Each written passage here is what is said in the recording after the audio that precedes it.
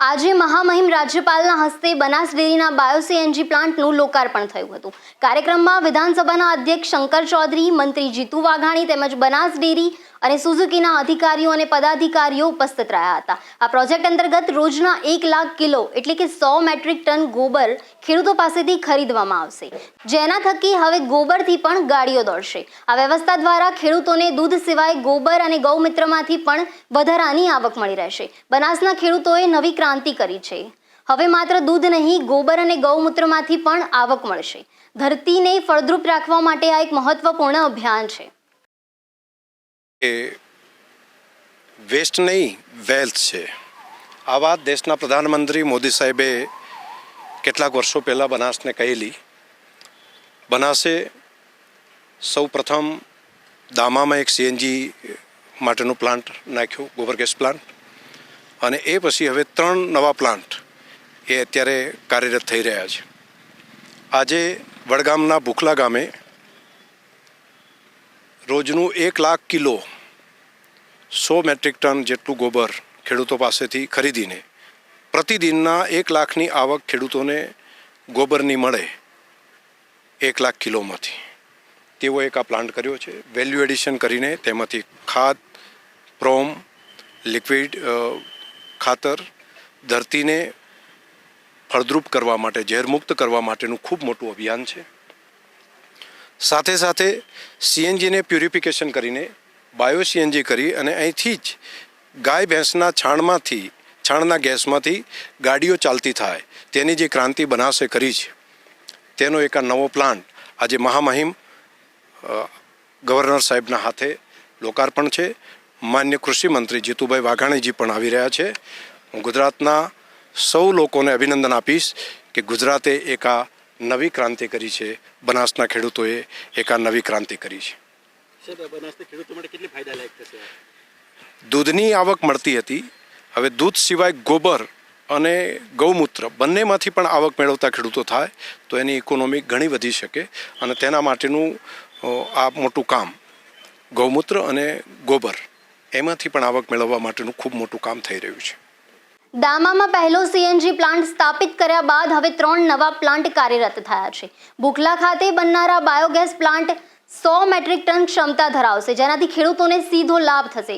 શ્વેત ક્રાંતિ પછી ગોબર ક્રાંતિની શરૂઆત થઈ છે। આ પ્રોજેક્ટમાં સાયન્સ, આત્મનિર્ભર ભારત અને સ્વદેશી વિચારધારાનો સમન્વય જોવા મળે છે।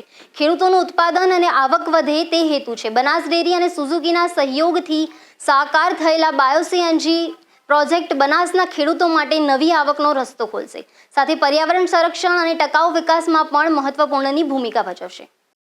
બનાસકાંઠાના વડગામના ભૂખલા ગામ ખાતે બાયોગેસ પ્લાન્ટનું લોકાર્પણ માની શંકરભાઈના નેતૃત્વમાં ચાલતી ડેરી, અમારા વિધાનસભાના માનનીય અધ્યક્ષશ્રી, જેમણે એક નવું રિવોલ્યુશન, એક નવી દિશા સમગ્ર ભારતને વિશ્વને આપી છે। સુઝુકીના સહયોગથી આ આદરણીય અમિતભાઈ શાહે પણ જે પ્લાન્ટનું લોકાર્પણ કર્યું હતું, એવું જ આજે અહીંયા મહામહિમ રાજ્યપાલ આચાર્ય દેવવ્રતજીનો જન્મદિવસ છે ત્યારે એમના દિવસે સૌથી વધારે ખુશી એમને થાય એ પ્રકારનું આ કામ 100 મેટ્રિક ટનની કેપેસિટીવાળું આજે આ બાયોગેસ પ્લાન્ટનું લોકાર્પણ થયું છે। બાયોગેસ સ્ટેશન પણ શરૂ થયું છે। ચેલેન્જીસની સામે લડવા માટે માનનીય મોદી સાહેબે જે પ્રકારે ગોબરધન, હું એમ કહીશ કે એક વખત શ્વેત ક્રાંતિ હતી, હવે ગોબર ક્રાંતિની શરૂઆત એ મોદી સાહેબના નેતૃત્વની અંદર ગુજરાત રાજ્યમાં આદરણીય અમિતભાઈ શાહ, માનનીય મુખ્યમંત્રી ભૂપેન્દ્રભાઈના વડપણ નીચેના માર્ગદર્શન નીચે આદરણીય શંકરભાઈ શરૂ કરી છે। આજની આ શરૂઆત એક નવા રિવોલ્યુશન સાથે, ખૂબ મોટું ચેન્જિંગ સાથે આવનારા દિવસોમાં આપણને જોવા મળશે। હું શંકરભાઈને, એમની ટીમને ખૂબ ખૂબ શુભેચ્છાઓ આપું છું। સાયન્સ, આત્મનિર્ભર ભારત અને સ્વદેશી, આ ત્રણેય વસ્તુ અહીંયા જોવા મળે છે। સાયન્સથી છૂટું થઈને પાછું આપણું સ્વદેશી તરફ જઈને આપણું ખેતર, ખેડૂતનું ઉત્પાદન એ કેવી રીતે વધે, એનું બગડેલા બટાટા, એમનું ગોબર 1 રૂપિયા કિલો ઘરેથી લઈ જવાનું, એમને ખર્ચ પણ ન થાય, આ પ્રકારનું એક ખેડૂતની આમદની વધે, મોદી સાહેબના નેતૃત્વમાં બમણી આમદની કરવાનો જે સંકલ્પ છે એમાં એક મોરપીંછ આદરણીય શંકરભાઈને બનાસ ડેરીએ ઉમેર્યું છે. એનું જે ખાતર બની રહ્યું છે, ખાતર જે ફોર્મમાં આપવાનું નક્કી કર્યું છે, મને એવું લાગે છે એક નવા જ દુનિયાની અંદર કરોડો ખરબો રૂપિયા આપણા રાસાયણિક ખાતરની અંદર રોકાવાના છે, આપણા જઈ રહ્યા છે. ત્યારે એને રોકવાનું કામ આપણા આ પ્રકારના પ્લાન્ટથી થશે અને ખેડૂત એ ખુશાલ થશે. પુનઃ એકવાર શ્વેત ક્રાંતિ હતી, હવે ગોબર ક્રાંતિ થકી ખેડૂતના ખેતરમાં ખુશાલી અને સમૃદ્ધિ આવશે.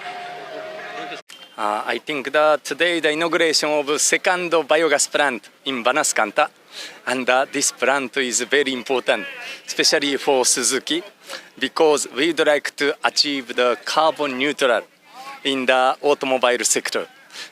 Now we start launching the electric vehicle. So, however, biogas is much better than electric vehicle in India.